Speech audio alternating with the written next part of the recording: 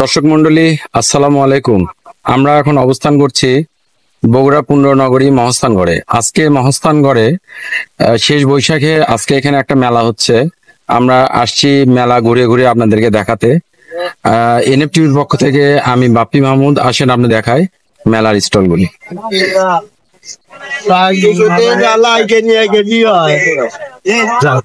মোহাম্মদ আব্বাস আলী খান। আসলে মানুষ মানুষের জন্য, মানুষ মানুষ ছাড়া থাকতে পারবে না।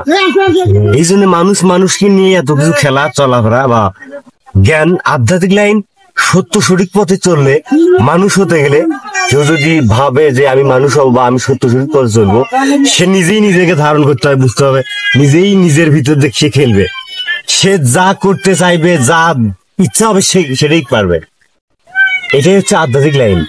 এটা মনে করেন যে এত কিছু শেখা জানার পরও সে নিজেই বুঝতে পারে যে ওখানে গেলে কি হবে, হতে পারে বা হচ্ছে, সে নিজেই মানে অগ্রিম বুঝতে পারে। কত বছর যাবত এই লাইনে আছেন? আমি আছি 14 বছর 15 বছর হচ্ছে এই লাইনে। সেই পৃথিবীতে কেউ চিরদিন হবে না। এই সামান্য সময়ের মধ্যে কেউ টাকা পয়সা ধন দৌলত বা সয় সম্পত্তি, ছেলে মেয়ে সবকিছু নিয়েই লড়ে, আবার কেউ আবার এই সবকিছু ত্যাগ করে নিজেই নিজের মতো জীবনটাকে বিলিয়ে দেয়। তো আপনি কি সবকিছু ত্যাগ করে চলে আসছেন? না, আমার বাবা মা সবকিছু আছে, তারপর আমি সবার সঙ্গে হ্যাঁ, প্রতি বছর বছর আমি আসি, সবাই আসে, একসঙ্গে দেখায়, ভালো লাগে। আপনারা কই থেকে আসছেন? আমরা গাইবান্ধা জেলা পলাশবাড়ি থানাতে। তো আপনারা কি এরপরে আবার অন্য কোনো মেলাতে যাবেন না? হ্যাঁ, যেকোনো মেলায় আমরা যাই যখন। মোহাম্মদ শফিকুল ইসলাম। আপনি কি এখানেই থাকেন না? না না না, আমার বাড়িতে হলে গ্রাম নাঙ্গিয়া। ওখান থেকে আজকে আসছেন? না, আমরা আসছি হলে গতকাল। কতজন আসছেন? আমরা আসছি 20 জন। ধরেন আমাদের দেশে তো আর প্রথমে কোনো নবী রসুল আসে না। আচ্ছা, আসছে আল্লাহর রসুলের সাহাবী, আল্লাহর ওলি। তারা এই দেশে এসে বিভিন্ন জায়গায় ইসলাম প্রচারণা করছে। এই দিনে বাবা সুলতানের মৃত্যু হয়েছে, সেই মৃত্যু বার্ষিক উপলক্ষে আমরা একটু আসি, যে তার ভক্তবৃন্দ আশীর হয়ে তার অগমবারে একটু দোয়া কামনা করে আল্লাহ তাকে ভালো করে এবং তার ওসিলায় জানে আল্লাহ আমাদেরকেও কিছু দান করে। তো আপনারা কি মনে করছেন এই বাদ্য বাজনা করলে আল্লাহ তাকে বেহেশত? না, আমরা তো এখানে বাদ্য বাজনা করতেছি, আমরা তো দেখে আসলেন যে জায়গায় জায়গায় করতেছে। কে কেমন কোন ধরনের, সবাই তো আর এক রকমের না।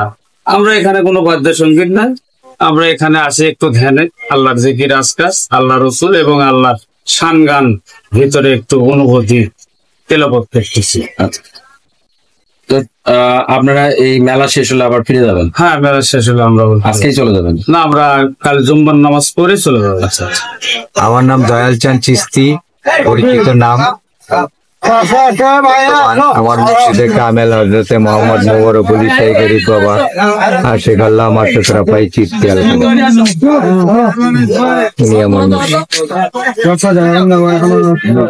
হযরত নিজামুদ্দিন আউলিয়া একমাত্র ভক্ত ইন্ডিয়াতে। আমার জওয়ানি কালে, মানে আমার যখন পুরো শরীর যাচ্ছি, তখনই আমি ইন্ডিয়া চলে গেছি। ইন্ডিয়া আমি ওখানে 18 বছর আমি ইন্ডিয়া ভ্রমণ করছি।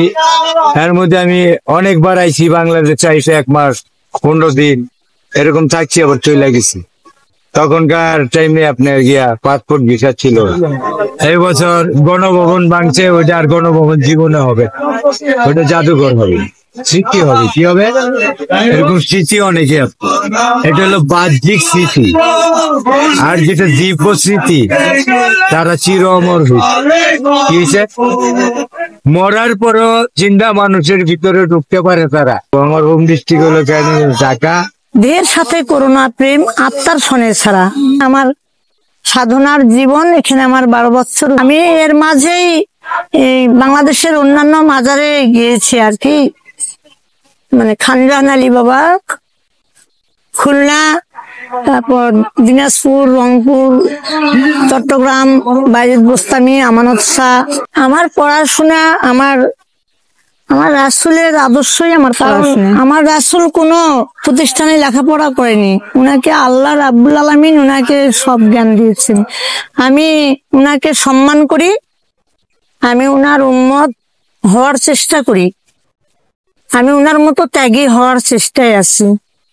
আর আমি সবকিছু ত্যাগ করে দুনিয়ার সবকিছু মায়া ত্যাগ করে আমি আমার শাহ সুলতান রহমতুল্লাহ আলাই আধ্যাত্মিক গুরু, সেই গুরুর বাণী মতো চলার চেষ্টা করতেছি। স্বাধীনভাবে প্রেম করেন, মুক্তভাবে প্রেম করেন, দেশকে ভালোবাসেন, দেশের মানুষকে ভালোবাসেন।